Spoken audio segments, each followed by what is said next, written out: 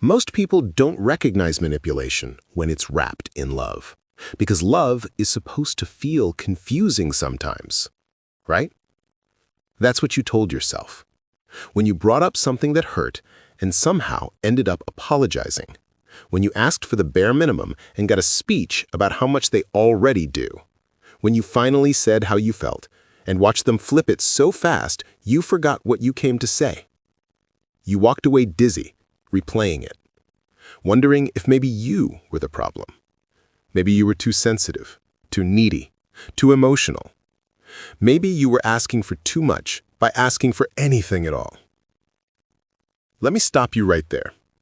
Because that voice in your head, the one calling you crazy for having needs, that's not your voice.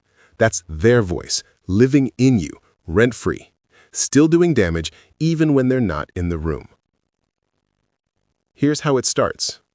It's never obvious, never a slap, never a scream you can point to and say, there, that's the moment. It's softer, slower. A comment here, a sigh there, a look that says you've disappointed them again without them saying a word. You learn to read the room before you enter it. You learn to shrink before you speak. You learn that your emotions are a burden. So you carry them alone, quietly, wondering why you can't just be easy. And the worst part? They seem so reasonable. They don't yell.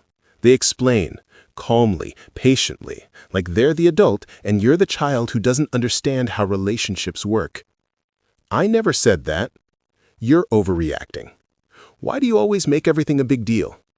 I was joking. You're so sensitive. Sound familiar?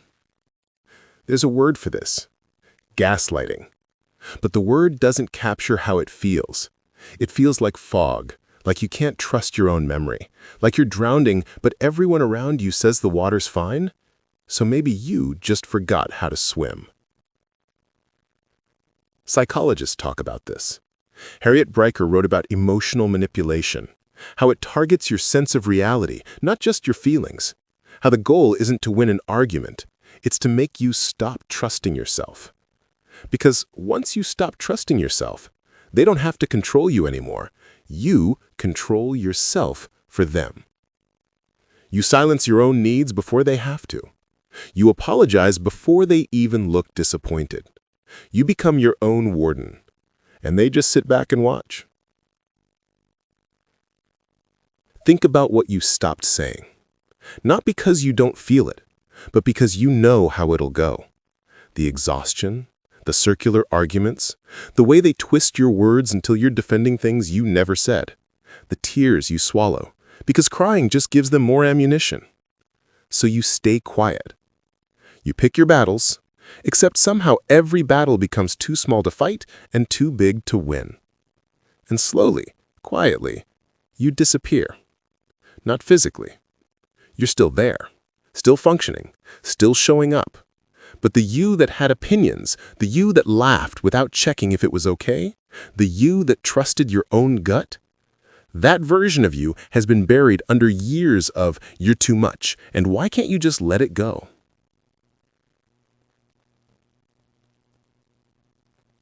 I need you to hear something. Your feelings are not a flaw. Having needs does not make you needy.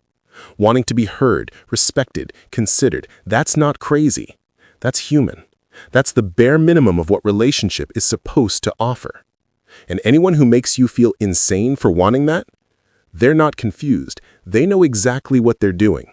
Because if they keep you doubting yourself, you'll never have enough solid ground to leave. That's the game. Marcus Aurelius said something I've carried for years. He said we suffer more in imagination than reality. But I'd add this. When someone manipulates you, they hijack your imagination. They plant fears that aren't yours. They make you rehearse arguments that haven't happened.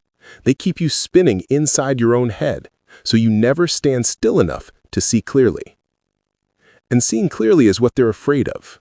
Because the moment you stop and look, the moment you trust your gut instead of their words, the whole thing unravels. You realize the arguments were never about the topic. They were about control, You realize the calm explanations were never patience. They were performance. You realize the love wasn't love. It was leverage. So what now?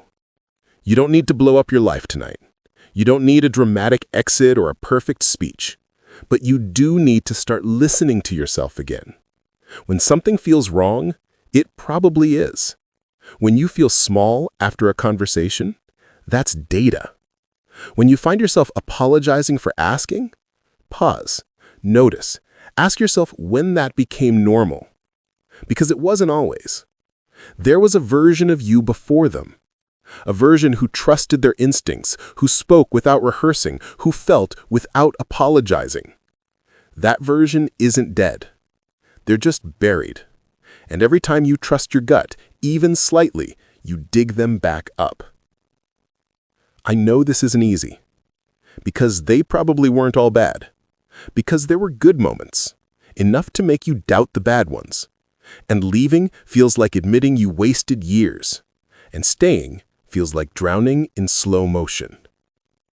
But here's the truth nobody tells you. You can love someone and still recognize they're hurting you. You can have history with someone and still choose to stop letting them rewrite yours. You can grieve what you hoped it would be and still walk towards something truer. You were never crazy. You were just in a room with someone who needed you to believe you were. And now, you're starting to see the door.